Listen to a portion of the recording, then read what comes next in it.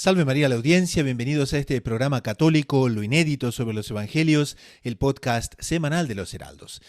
Hoy vamos a reflexionar sobre cómo Jesús trata la murmuración y las formas que Dios tiene para corregirnos cuando murmuramos. Y vamos también a enfocar cómo ayudarnos de la Eucaristía, específicamente cuando la angustia nos invade y cuando la incertidumbre nos hace ver todo negro.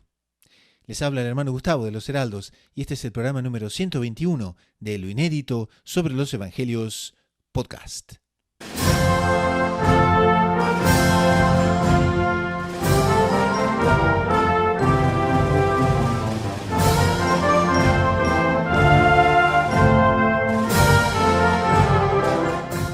En este episodio de Lo Inédito sobre los Evangelios Podcast, comentamos el Evangelio de esta semana. Cómo Jesús trata la murmuración y la importancia de creer para tener vida y ser vivificado.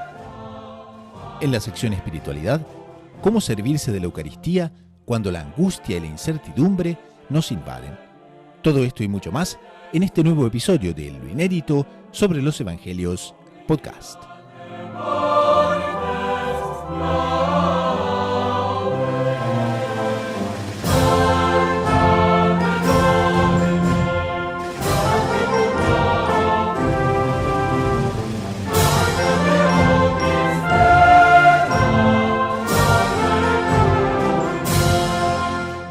Salve María audiencia, bienvenidos entonces al nuevo programa. Aprovecho para saludar a los que nos siguen semana a semana en Radio María Canadá, la voz católica que te acompaña, en Radio María del Rosario, FM 90.7 de Buenos Aires, en Radio María Guatemala, FM 103.3 de Guatemala City, en Radio Caballeros de la Virgen de Colombia, las 24 horas bajo la protección de María, en las audiencias que nos siguen también en YouTube de tantos países y también en el WhatsApp de tantos países. Esta semana tenemos dos panelistas muy célebres entre nosotros que nos van a ayudar a descubrir los tesoros de la Eucaristía y cómo aplicarlos a la vida cotidiana. Son el hermano Pablo Vela de los Heraldos, que como ustedes saben es misionero en Argentina, dirige diariamente las Buenas Noches a María, ya están con más de 80.000 seguidores en las redes sociales. El doctor Saúl Castiblanco, quien es psicólogo, es editor de la agencia de noticias Gaudium Press en su edición hispana y es bachiller en Ciencias Religiosas por la Pontificia Universidad Santo Tomás de Aquino de Roma, el llamado Angelicum, y por la Domuní, Universidad Internacional de los Dominicanos con sede en Toulouse, Francia. Para quienes también nos comienzan a seguir, les cuento que el programa comenzó como un podcast de radio y toma justamente su nombre de la obra de Monseñor John Cladías, Lo Inédito sobre los Evangelios, donde el fundador de los Heraldos semana a semana nos comenta el Evangelio y nos comenta todos los evangelios de todos los ciclos litúrgicos, donde nos revela realmente tesoros fabulosos para enriquecer nuestra espiritualidad. Bueno, puesto eso, entonces les invito a que vean en las notas del programa, van a encontrar todos los enlaces donde pueden adquirir esta obra fabulosa y pueden beneficiarse de ella de manera increíble, de manera fabulosa, fenomenal. No tengo palabras para recomendarla. Entonces, esto puesto, vamos al Evangelio de la semana, que es el Evangelio de la Eucaristía, donde nuestro Señor va a probar a los apóstoles y va a probar la murmuración. Entonces, veamos un poquitito cómo este Evangelio nos va a llamar fundamentalmente a pensar sobre cómo la fe vivifica. Lectura del Santo Evangelio según San Juan, capítulo 6, versículos 60 al 69. En aquel tiempo, muchos discípulos de Jesús, al oírlo, dijeron: «Este modo de hablar es duro. ¿Quién puede hacerle caso?» Adivinando Jesús que sus discípulos lo criticaban, les dijo: ¿Esto os hace vacilar? ¿Y si vierais al Hijo del Hombre subir a donde estaba antes? El Espíritu es quien da vida, la carne no sirve de nada. Las palabras que os he dicho son espíritu y vida, y con todo, algunos de vosotros no creen. Pues Jesús sabía desde el principio quiénes no creían y quién lo iba a entregar, y dijo: Por eso os he dicho que nadie puede venir a mí si el Padre no se lo concede. Desde entonces, muchos discípulos suyos se echaron atrás y no volvieron a ir con él. Entonces Jesús les dijo a los 12: ¿También vosotros queréis marcharos? Simón Pedro le contestó: Señor, ¿a quién vamos a acudir? Tú tienes palabras de vida eterna. nosotros creemos y sabemos que tú eres el Santo consagrado por Dios. Entonces podemos ver en este Evangelio lo impresionante de este diálogo, porque realmente nos llama muchísimo a la atención sobre, de un lado, la actitud de San Pedro, que dice, Señor, ¿a quién vamos a acudir? Y de otro lado, la necesidad de la fe, y una fe que muchas veces es puesta a prueba, pero que es una prueba, digamos, calculada, porque nuestro Señor quiere muchas veces que nosotros recibamos como que el impacto de ese test, de esa prueba, y a veces no dice nada, ¿no? Y muchas veces en nuestra vida se da eso. Ahora, aquí hay una parte, hermano Pablo, que me gustaría abordar con usted, porque el Catecismo de la Iglesia Católica, lo estábamos tratando el otro día con un grupo de habla inglesa, y habla sobre tres cosas, ¿no? Y hablaba sobre la herejía, el cisma y la apostasía, ¿no? Y cosa curiosa, decía que la herejía, ¿qué es? Decía, es rechazar la doctrina, ¿no? El cisma es rechazar la unión. La apostasía es negar la doctrina, ¿no? Pero todas tienen una cosa, y dice que uno puede equivocarse, pero que tanto la herejía cuanto el cisma y cuanto la apostasía dice que son obstinación en estar en eso. ¿Mm? Y es muy interesante esto porque cuando vamos directamente a uno de los versículos que está aquí, Monseñor John Clark nos llama la atención y dice, en aquel tiempo muchos de sus discípulos al oírlo dijeron, este modo de hablar es duro, ¿quién puede hacerle caso? Y dice que en el fondo fue un pecado de herejía. ¿Sabe por qué? Dice, porque nos enseña un teólogo muy conocido, Maldonado, que es un teólogo jesuita de muy buena línea, y que dice que es propio de los herejes interpretar los misterios divinos en función de su capacidad de comprensión. Entonces, si comprende, lo sigue. Si no comprende, no lo sigue, ¿no? Entonces, bueno, aquí podemos decir, los apóstoles cayeron entonces en herejía en su momento. Ahora, nosotros, nuestros oyentes. Bueno, qué difícil es ese tema, ¿no? Que cuando comprendemos algo, lo seguimos. Si no comprendemos, ahí entonces, ¿no? Medio un poquito nos ponemos impacientes, ¿no? Nos cerramos. Entonces, ¿cómo predicar esa abertura a la palabra de Dios que muchas veces no entendemos, pero que nos pide esa generosidad de corazón que siempre estamos, en fin, conversando sobre ese tema, pero que es tan importante? ¿Qué le parece? Interesante, hermano Gustavo. Sobre todo, yo creo que lo podemos aplicar a todo, ¿no? Nosotros como religiosos, las personas en sus deberes de Estado, porque para ir analizando, ¿no? Estas frases que usted decía, ¿no? Este modo de hablar es muy duro. Y hoy en día, como nos decía el Papa Benedicto XVI, ¿no? Con esta dictadura del relativismo que vivimos, ¿no? Perdón, pongamos el dedo en la llaga. Ya la audiencia está empezando a bajarse de este programa porque apareció el hermano fulano. No se vaya, no cambie de canal. Un momentito. Por favor, es la última vez. Yo sé que hasta aquí llegamos, pero... Puede arder un poco, pero será beneficioso. Y ojo que cuando nosotros hablamos, hermano Gustavo, la otra vez una persona decía eso, y cuando nosotros hablamos, pensamos en nosotros también, no estamos juzgando Totalmente. a nadie. Lo No, al contrario. nos Es nuestra propia llaga, el dedo. Somos los primeros en ponernos el dedo en la llaga, ¿no? Porque lo que Monseñor Juan nos enseñó, hacer examen de conciencia serio, ¿no? Pero bueno, un paréntesis en medio de todo esto. Entonces, este modo de hablar es muy duro. ¿Qué nos dice el apóstol Santiago en su carta, no? La fe sin obras es vana, ¿no? Muéstrame las obras, ¿sí? Que a tu fe te lleva, que yo por mis obras te mostraré mi fe.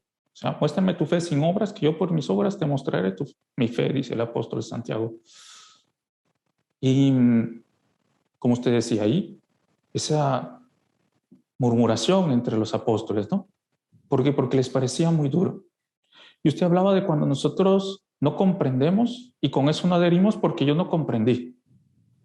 Pero hoy por hoy, en la herejía del relativismo que vivimos, en esa dictadura relativista que vivimos y en esa mentalidad libertina y no de una verdadera libertad que vivimos hoy en día, muchas veces las cosas se comprenden también, pero nosotros no queremos seguirlas porque nos parecen muy duras. Entonces, por ejemplo, algo que siempre es polémico, Dios que es justicia y Dios que es misericordia. y en nuestra vida. Vamos a poner el dedo en la llaga. Hermano Gustavo, me gustaría compartir con la audiencia una frase de San Juan Pablo II muy interesante para ir bajando a los hechos de la vida cotidiana. Vea usted qué bonita dice. Dice San Juan Pablo II, una fe que no esté encarnada en las obligaciones cotidianas termina por ser una fe abstracta y estéril. Repitamos una vez más, me parece muy interesante la frase, ¿no le parece? Porque vamos bajando de estos principios teológicos, como ustedes nos daba ahora, pero vamos bajando un poquito a nuestra vida diaria, ¿no? Una fe que no está encarnada en las obligaciones cotidianas termina por hacerse abstracta y estéril. Entonces, ¿cuántas veces, hermano Gustavo, nos decimos, yo tengo fe, yo creo en Dios? Pero cuando Dios permite que yo pase por una dificultad, ¿qué hice yo para merecer esto? ¿Dónde está Dios si fuese Padre? Si Dios fuese nuestro Padre. Si Dios fuese mi Padre. ¿Ah? Yo que voy a la iglesia todos los días. Yo que presento limosna. Yo que hago, yo que quito, yo que pongo. Yo. ¿Por qué a mí Dios no hace lo que yo quiero? Ah, no. Eso que dijo el Padre es muy fuerte. Eso no. Eso es para el pasado. Esa es esa iglesia medievalista, oscurantista del pasado. Hay que modernizarnos, hay que ayornarnos. Las cosas son diferentes. Aceptemos todo. ¿Ah? ¿Y dónde está la verdadera fe? ¿Dónde está mi fe a la hora que yo tengo dificultades? ¿Dónde está mi fe a la hora que Dios me pide dar pasos en la vida espiritual y me doy cuenta que no está bien lo que estoy haciendo? ¿Por qué? Porque la moral no cambia, porque Dios no cambia. Así de fácil y sencillo es. ¿Ah? Y en las obras es donde se muestra la fe. Entonces, yo quiero practicar lo que a mí me conviene. Y es así tipo, nos vamos a la fe, no sé, por Instagram, ¿no? Entonces voy a elegir en el Google Docs qué tipo de fe quiero. No, yo quiero una fe en la cual, a ver, dinero fácil, comida rica, sensualidad total. ¿Qué más? ¿Qué más le podemos poner? Bueno, viene la carta, como se decía, ¿no? Viene la carta, ¿no? Entonces, claro, cuando yo llego con alguien que me dice, sexto mandamiento de la ley de Dios, no cometerás actos impuros. Ay, con esos trajes raros, iglesia medievalista, iglesia oscurantista. Hoy estamos en la era de la misericordia. ¿Y cuánto castigo es dar, no decirle con caridad, pero decir la verdad como debe de ser dicha? Recordará usted que al santo cura de Ars en una ocasión le ocurrió que 3 jóvenes se fueron a confesar con él que habían en fiestas y juergas hecho cosas contra la ley de Dios.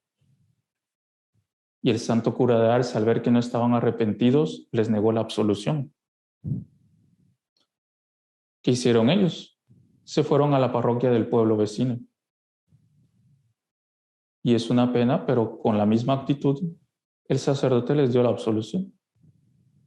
¿Qué hicieron estos jóvenes? Fueron a burlarse del santo cura diciéndole, vio padre, el padre de allá nos dio la absolución y está todo bien. ¿Cuál fue la respuesta del santo cura de Ars? Santo cura de Ars, pues sepan que ustedes y ese padre están en el camino directo para el infierno. Blanco y negro, nada más. Blanco y negro. ¿Sí? Ahora, ¿que son palabras duras? Son palabras duras. Pero si nuestro Señor Jesucristo vino al mundo para nuestra conversión, para nuestra redención, para hacernos bien.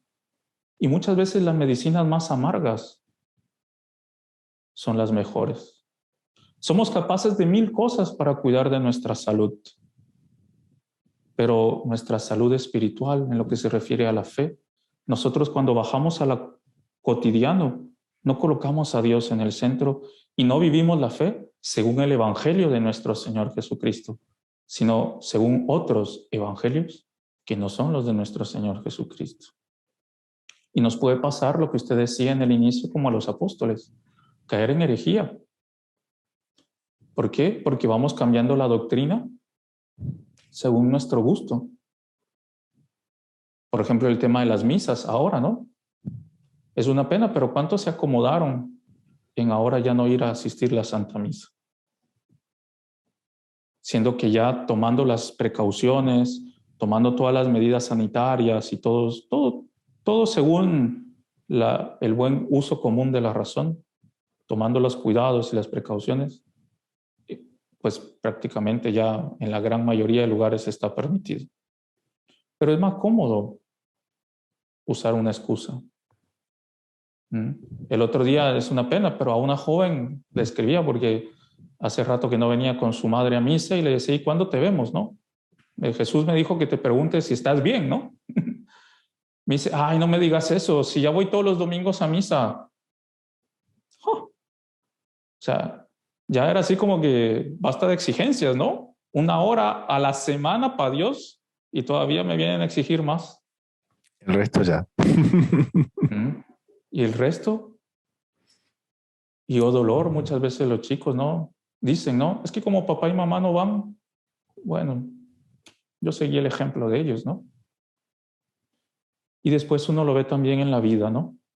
¿Creo en Dios? Sí, yo creo en Dios, pero creo en el Dios única y exclusivamente de la buena vida, del gozo y del placer. Y se me olvida que Dios me creó para ser feliz, pero para ser feliz en la eternidad y feliz en esta tierra, y que la verdadera felicidad está en cumplir la ley de Dios y en aceptar su voluntad. Ahí viene la verdadera felicidad, porque no es una fricción pasajera, sino que es la alegría de estar en la gracia de Dios, de la amistad con Dios, y de así, cargando la cruz con amor, con entrega, con sacrificio, encontrar la verdadera felicidad y la verdadera práctica de la fe. Porque si la fe es creer en lo que nosotros no vemos, y si la fe desaparece en el cielo porque recibimos la recompensa, ¿no? Como unos días atrás el Evangelio nos decía, ¿no? Os aseguro que aquellos que dejan padre, madre, hermanos, hermanas en mi nombre, recibirán el 100 por 1, ya en el cielo y en esta tierra también. Pongamos el ejemplo del santo Job, tan conocido de todos.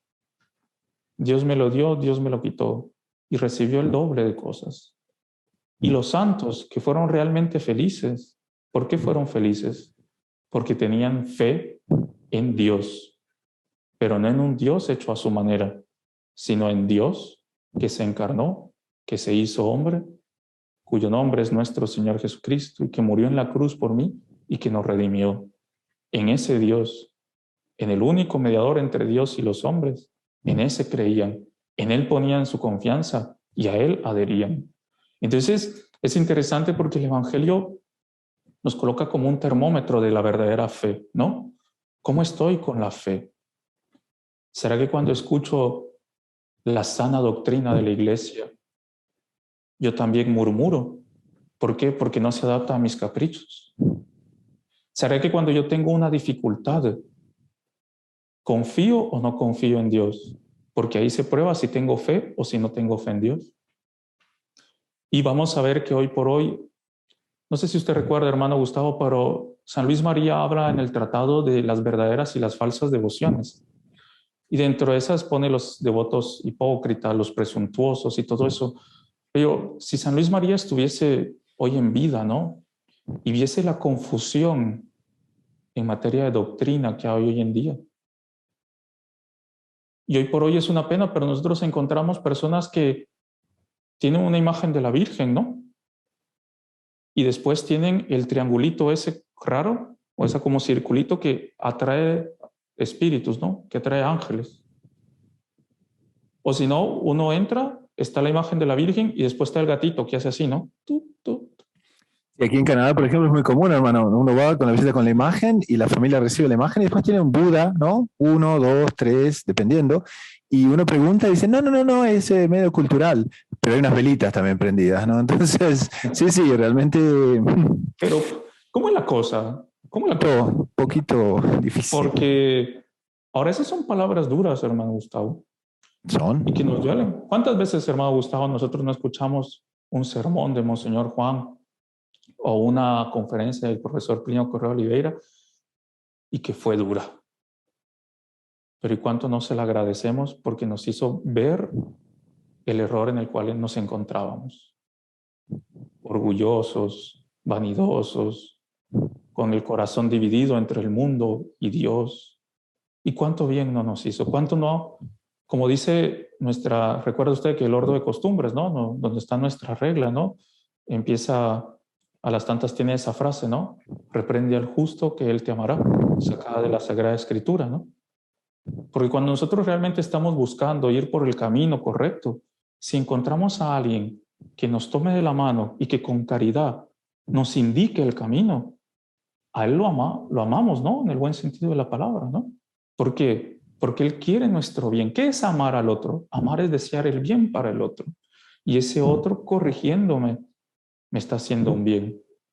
Entonces ahí nosotros vemos que este trecho del Evangelio, un Evangelio extremadamente profundo, es muy importante para nuestros días. Primero porque, como nos dice aquí la frase de San Juan Pablo II, ¿no? Colocar la fe en nuestra vida diaria, no una fe etérea, ¿no? Aquello, una especie así de noxis, ¿no? Que está ahí, ¿no? Una fe que está en mi día a día. Entonces, por ejemplo, cuando yo me levanto, yo tengo actos de fe, rezando al levantarme, rezando al bendecir los alimentos. Cuando el otro me hizo una injuria, yo tengo fe en que Dios me dice que hay que perdonar para nosotros también ser perdonados. Cuando tengo que cumplir una obligación de Estado con mi hermano, con mi hermana, con mi padre, con los hijos, en mi trabajo. ¿Cuántas veces, hermano Gustavo, el trabajo no pone oportunidades para uno atesorar riquezas de forma ilícita? Y ahí se prueba mi fe, porque claro, después de la pandemia estoy en una situación muy complicada. ¿Acepto ese dinero fácil o lo rechazo porque sé que eso ofende a Dios? Punto 1. Punto 2.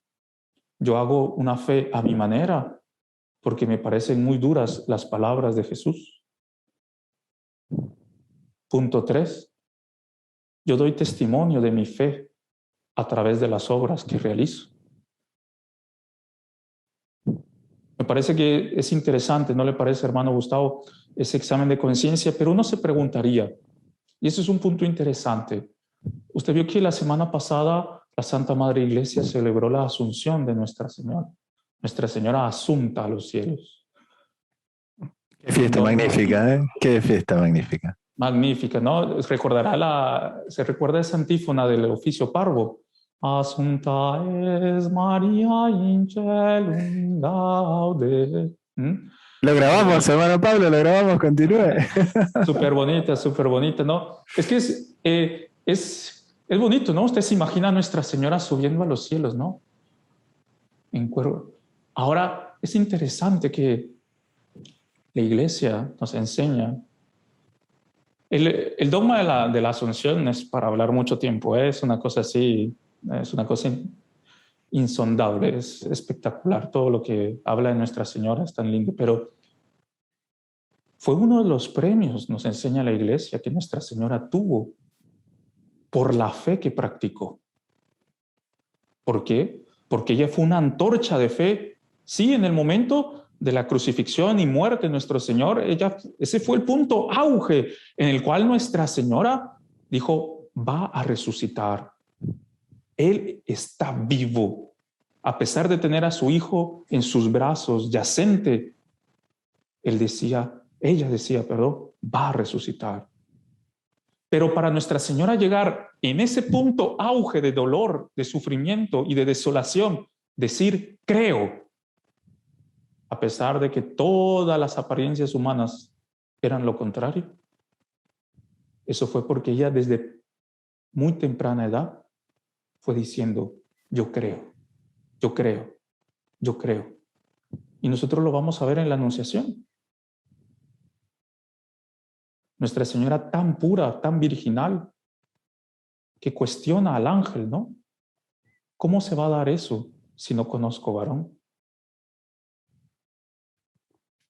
Non timians, no temas, María, porque el poder del Altísimo te cubrirá con su sombra y darás un hijo. ¿Sí?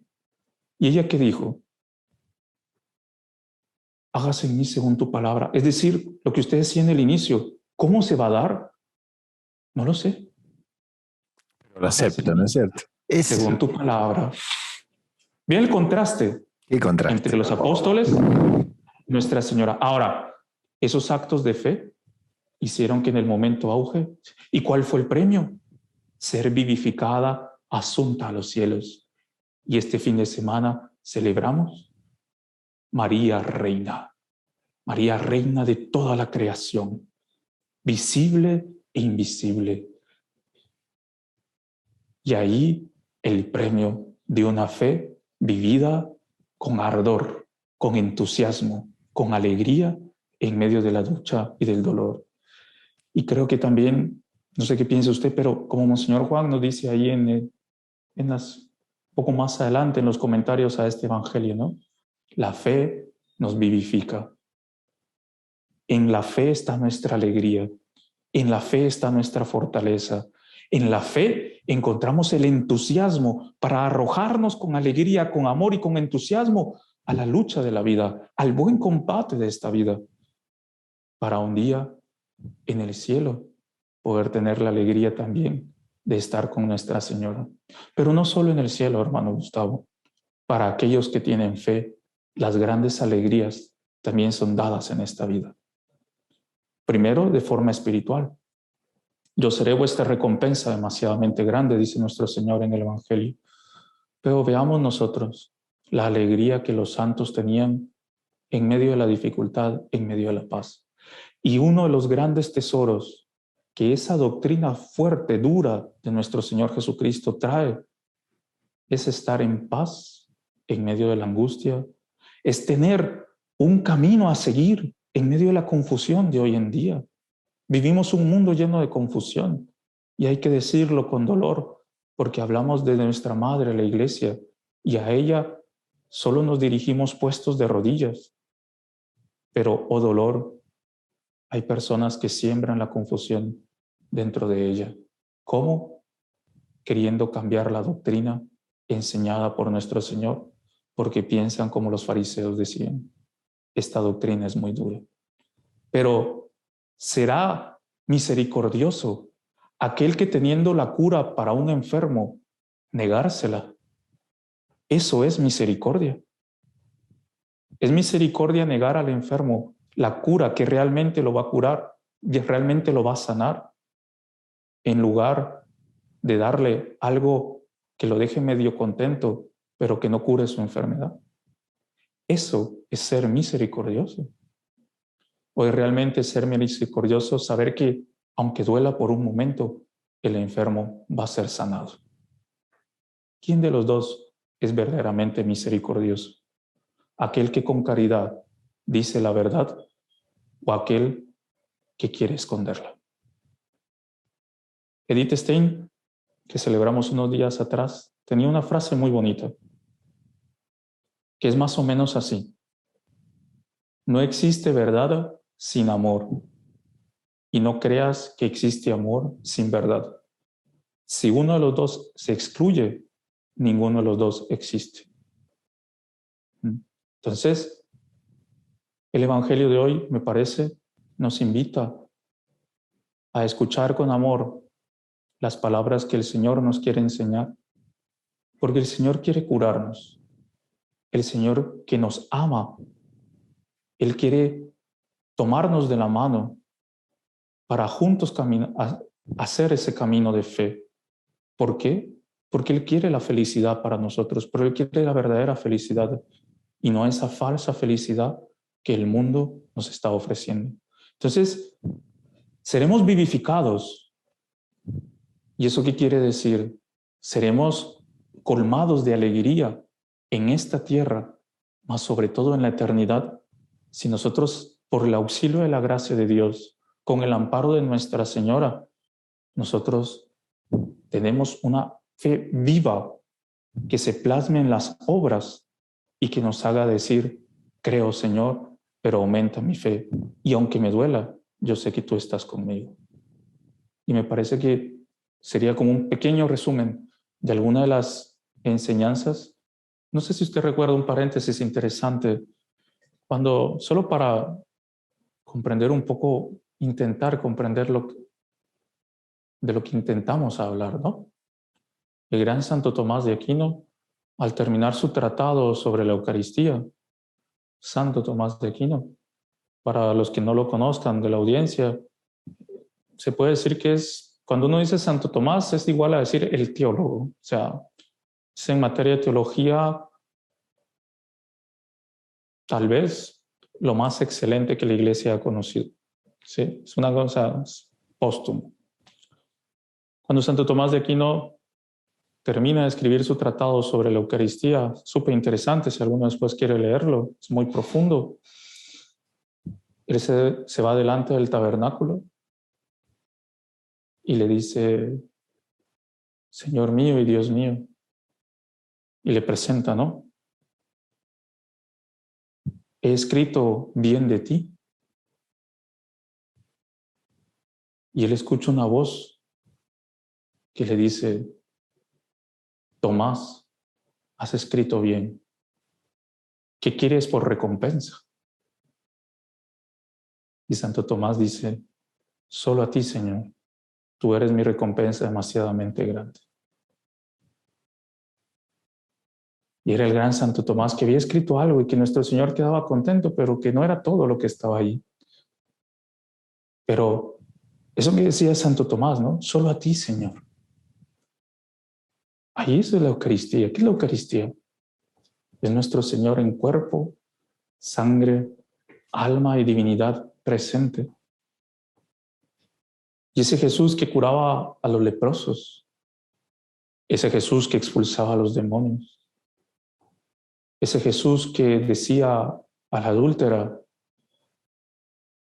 tus pecados están perdonados, vete y no vuelvas a pecar. Ese Jesús que increpaba a los fariseos diciéndole, hipócritas, raza de víboras.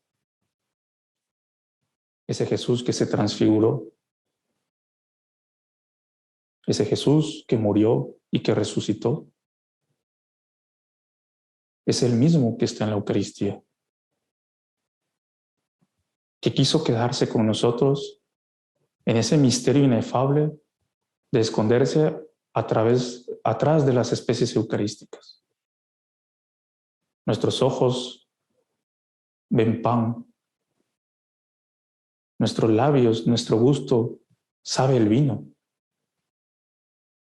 pero nuestra fe se delicia en reconocer que ahí está Dios, que se quedó con nosotros para estar con nosotros.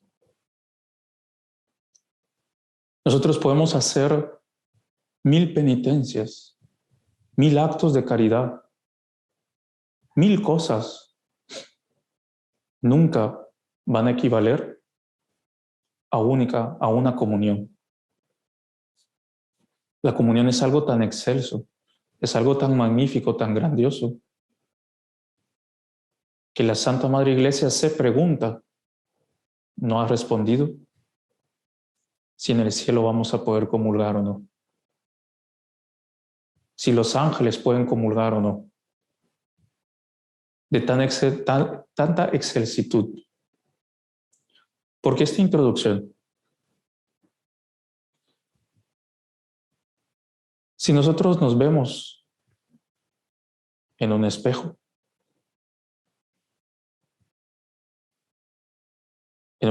no solo material, sino en un espejo espiritual, y si por el auxilio de la gracia de Dios somos iluminados y vemos quiénes somos, nosotros nos damos cuenta que nada somos. Como nos va a decir el gran San Francisco de Asís, nosotros somos lo que somos delante de Dios. Usted recordará al cardenal Bantuan, que estuvo preso tanto tiempo y que obviamente con esos regímenes tan totalitarios, injustos, él a las tantas dice, ¿y de dónde saqué la fortaleza? Y él recuerda que una vez encarcelado, le permitieron escribir una carta a su familia pidiéndole material que él necesitara. Y entre las cosas que le pide a los familiares es un poco de vino para el malestar estomacal. Los familiares comprendieron a qué se trataba ese poco de vino para el malestar estomacal y le mandan una botellita, un frasquito de vino que dice medicina para el malestar estomacal. Y en una vela, dentro de la vela escondidas, algunas partículas, algunas hostias. Y el cardenal Bantuan todos los días, teniendo como altar su mano, colocaba 3 gotas de vino, 1 gota de agua y un pedacito de pan. Y ahí celebraba la Santa Misa para poder comulgar y recibir la fortaleza del propio Jesús. Y así pudo soportar toda su prisión, así pudo soportar todo aquello que le tocó vivir. Y nosotros, encarcelados por nuestras pasiones, encarcelados por nuestros vicios, encarcelados por nuestro egoísmo, encarcelados por nuestro querer hacer lo que nosotros queremos, encarcelados por este mundo que nos predica que la felicidad solo está en el pecado y en el vicio y en la lujuria. ¿De dónde vamos a tener fortaleza para enfrentar al mundo? ¿De dónde vamos a tener la fortaleza para poder salir del abismo en el cual nos encontramos? Yo estaré con ustedes hasta el fin de los tiempos. En nuestro Señor, que quiso quedarse con nosotros en la Sagrada Eucaristía. Ahí está nuestra fortaleza, ahí está nuestra victoria, porque es Dios quien lucha con nosotros, dentro de nosotros, por nosotros. Y bueno, Pablo, qué apropiado esto, porque en el propio Evangelio el día de hoy, nuestro Señor también pide fe, no explica, pero es muy claro y dice, las palabras que os he dicho, ¿no? Son palabras de espíritu y de vida, ¿no? Y eso, bueno, qué bien resume esto que estamos conversando, porque en definitiva, palabras de espíritu y vida es aquello que define exactamente la enseñanza de nuestro Señor y también tan apropiadamente la definición propia de la Eucaristía que nos vivifica en todos los puntos que el hermano Pablo también comentaba. Entonces pidamos en esta semana para que Nuestra Señora, que es Madre de la Eucaristía, que es como, bueno, los papas nos enseñan también, ¿no? Es Madre Eucarística, que es Mujer Eucarística, que nos inspire a tener esa misma devoción a la Eucaristía que ella misma tenía. ¿Usted conoce algún club, alguna institución, alguna empresa que consigue armonizar personas de todas las naciones, de todas las razas, de todos los temperamentos, edades, opiniones, y todas ellas viven juntas y armónicas con un mismo ideal? Esa institución es la institución a la cual usted pertenece, la Santa Iglesia Católica Apostólica Romana. Así como en un cuerpo hay diversos miembros con las funciones más diferentes posibles: el corazón, las manos, los ojos, los pies. Miembros enteramente diferentes, pero que todos actúan con una misma finalidad. Así también es la Iglesia Católica. Como todos esos miembros del cuerpo humano son armonizados por el alma, la Santa Iglesia Católica armoniza todos los pueblos, todas las diferencias del género humano, con un alma que se llama Espíritu Santo. Esa es la Iglesia católica a la cual pertenecemos.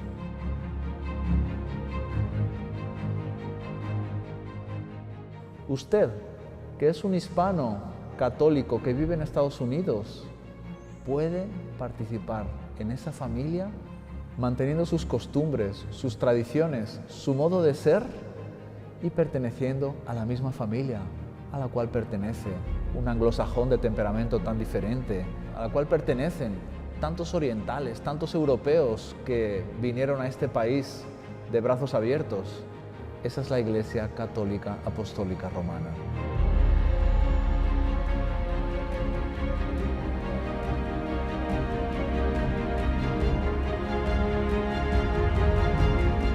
Esa es la institución fundada por nuestro Señor Jesucristo, a la cual tenemos de forma inmerecida la gracia de pertenecer desde el día de nuestro bautismo.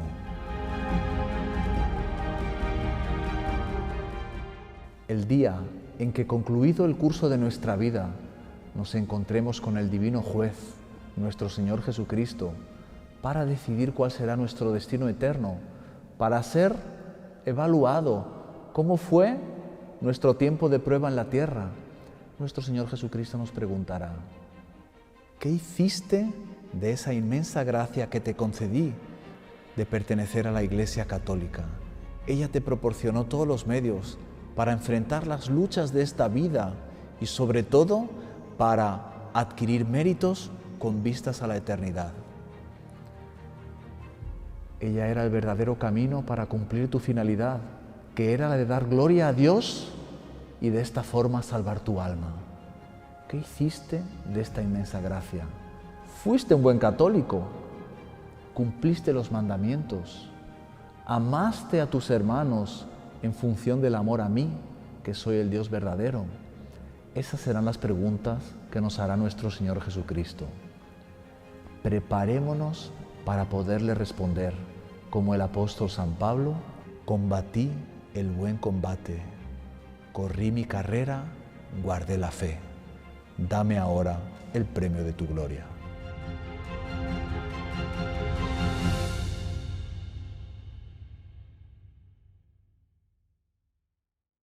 Pasamos entonces a la segunda parte del programa del día de hoy, esta parte con el doctor Saúl Castiblanco, y justamente tenemos, veníamos conversando sobre la Eucaristía, veníamos conversando sobre los diferentes factores que hacen que la fe se mantenga, crezca, y también, en cierto sentido, ¿no?, como creer vivifica. Pero bueno, eso era una parte de comienzo.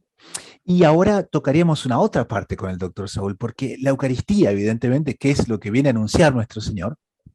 La Eucaristía, aquí Monseñor Jonclar nos dice en su comentario que lo voy a leer porque es realmente muy lindo, dice: es un antídoto contra el pecado y es una fortaleza para la lucha.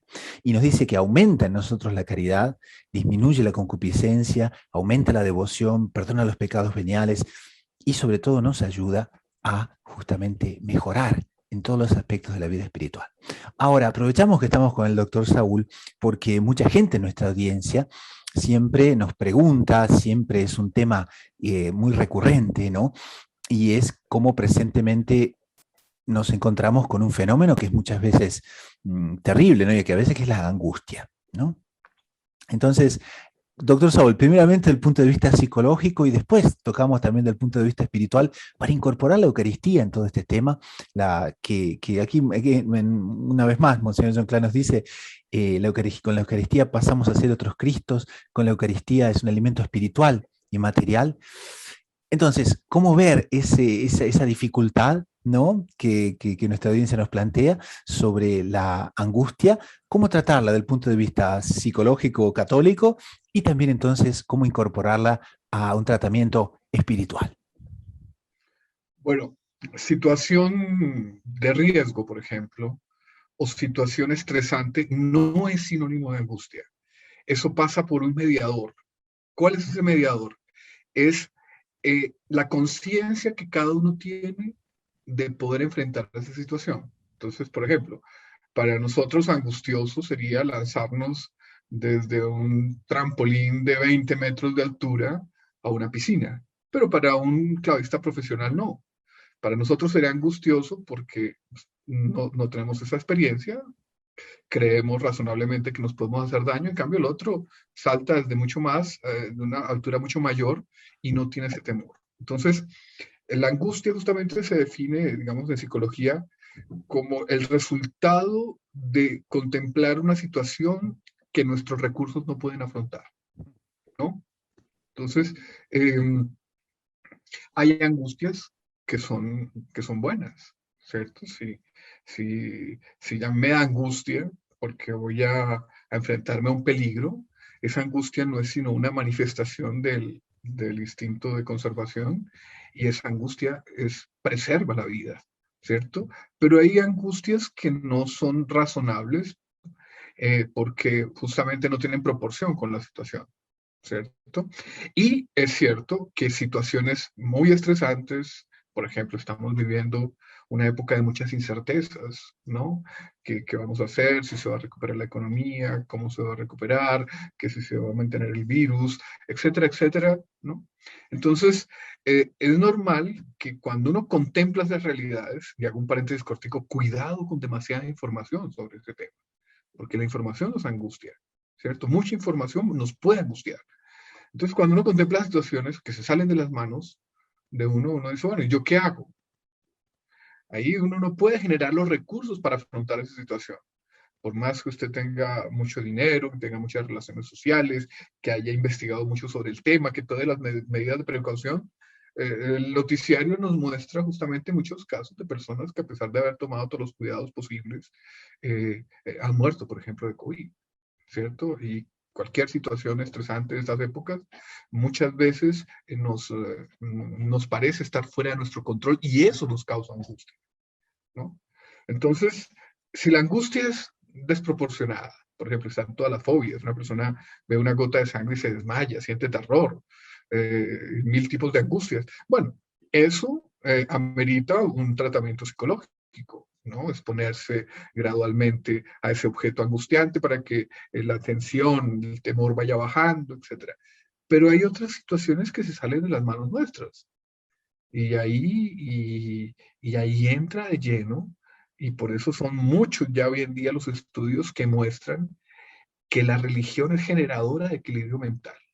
Porque cuando uno sabe que hay un Dios que guía todas las cosas, que creó el universo, que no lo dejó a su abandono, sino que está orientando todo, y que no es sino, entre comillas, conectarse con Dios a través de la oración, de la piedad, etcétera, que uno como que se introduce dentro de ese gobierno sapiencial y amoroso de Dios sobre el universo, ya eso, por lo que dijimos antes, tiene un efecto relajante.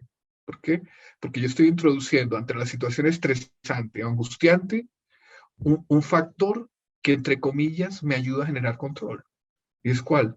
Mi conexión con Dios nuestro Señor, ¿cierto? Un Dios amoroso, un Dios que realmente vela por nosotros, que ya nos dijo en el Evangelio que no se cae un cabello de una cabeza sin que Él lo quiera, lo permita, lo autorice, que Él ama especialmente a sus hijos hombres y Él tiene un amor muy especial a aquellos que le tributan su amor, que le devuelven su amor en religión.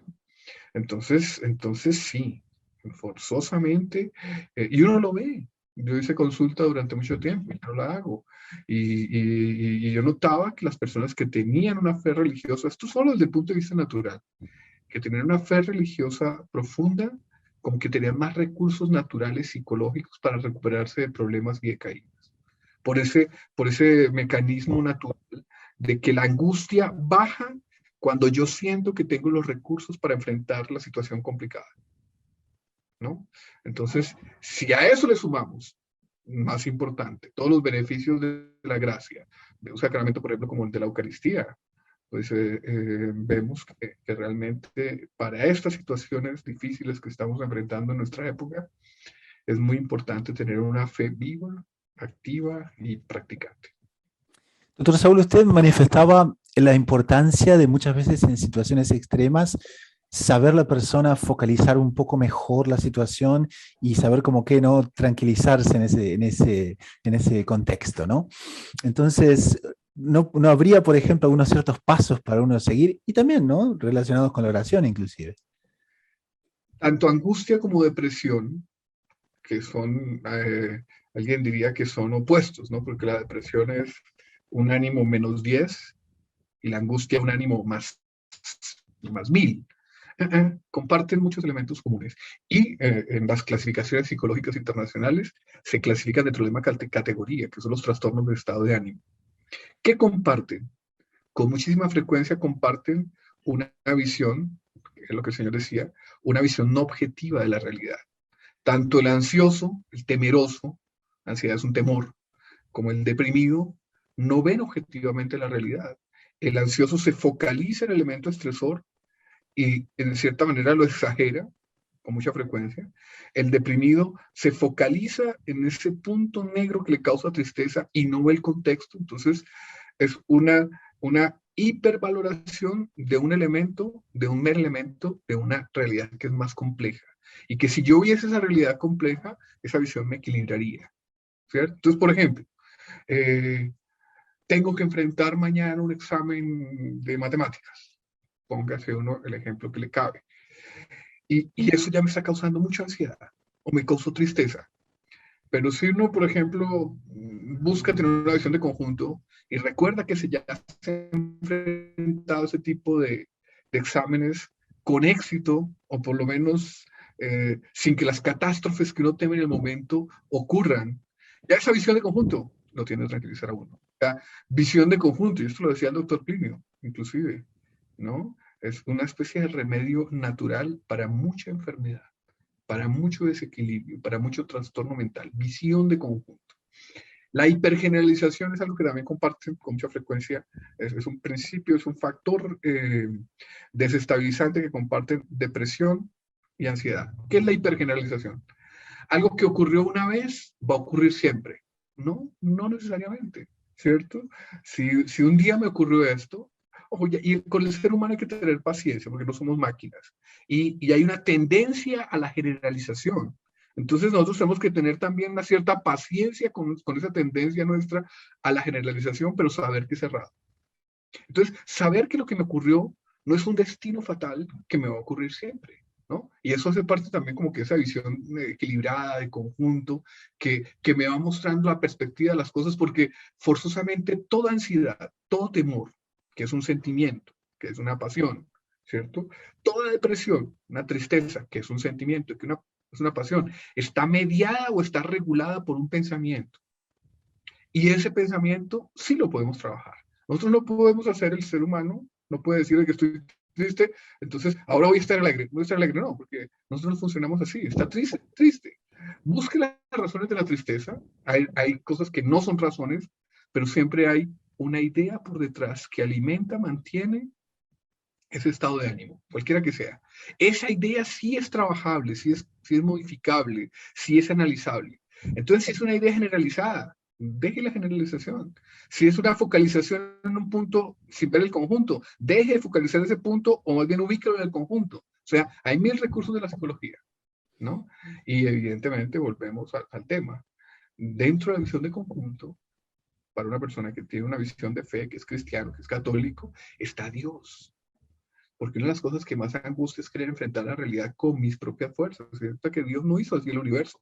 Él no construyó así esa máquina, voy a expresarme de una manera bruta, esa máquina llamada universo para que nosotros funcionásemos solos sin la ayuda de Él. No, Él quiere que funcionemos con Él. Y como sabemos que ese es el deseo del que construyó esa arquitectura maravillosa llamada universo, y que yo me conecto con ese deseo de Él a través de la oración, de los sacramentos, etcétera, la persona se tranquiliza, porque es una idea que es real, que la saca de una visualización errada, y es que yo voy a enfrentar solo con mis recursos esta situación, este problema, y con esa idea verdadera uno ya se tranquiliza, uno empieza a ver otras perspectivas, otras posibilidades de solución.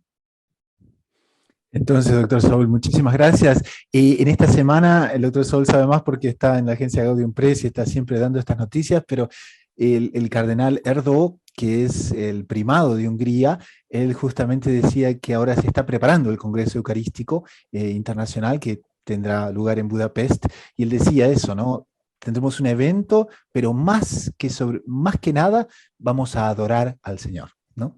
Entonces recomendamos a nuestra audiencia la adoración al Santísimo, que realmente es así como, digamos, recibimos la Eucaristía, ¿no? También Monseñor John Clark, el doctor Piño también siempre decían, ¿no?, que es como un sol, ¿no? La Eucaristía es como un sol en el cual, ¿no?, siempre que estemos frente a la Eucaristía, ¿no?, nuestro Señor Jesucristo nos transforma. Muchísimas gracias. Es un misterio, la Eucaristía es un misterio, bueno, todo es un misterio, pero ¿por qué Dios quiso que gracias especialísimas que podía Él haber vehiculado por otra vía, llegaran al alma a través de un objeto material, como es el pan, como es el vino? ¿Por qué?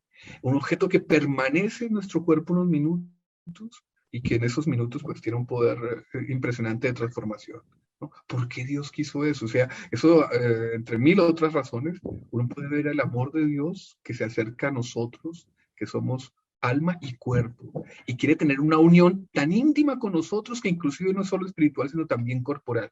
Es una cosa maravillosa. Maravilloso, realmente. Doctor Saúl, muchísimas gracias. Y bueno, recemos para que la audiencia entonces se beneficie muchísimo con la explicación del doctor Saúl y lo esperamos en otro momento, ciertamente. Bueno, muchas gracias, don Gustavo, y muchas gracias a la audiencia. Y con esto llegamos al final del programa del día de hoy. Si les ha agradado, no dejen de suscribirse, no dejen de colocar las notificaciones, no dejen de compartir el programa, de darle like, en fin, de todas las maneras que se pueda compartir con las personas, están invitados a hacerlo. Pero sobre todo con esto, en nombre del equipo de producción y de quien les habla, el hermano Gustavo de los Heraldos, nos despedimos hasta dentro de una semana. Así que a rezar mucho, a perseverar con confianza, con los ojos en la Eucaristía y en María Santísima, a la búsqueda incansable de descubrir siempre más lo inédito sobre los evangelios.